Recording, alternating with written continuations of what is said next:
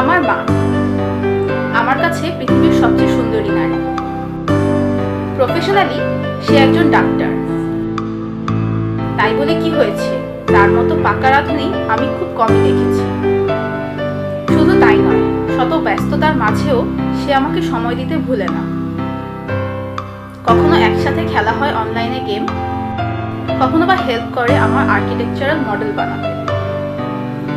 আমার বন্ধুরা আমার মাকে দেখলে আমার বোন ভেবে বসে। এটা আন্টি ছিল।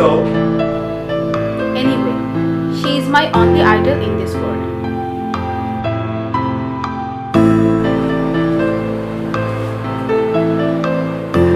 মায়ের সবকিছু আমি ফলো করি, তাই মায়ের মতো আমার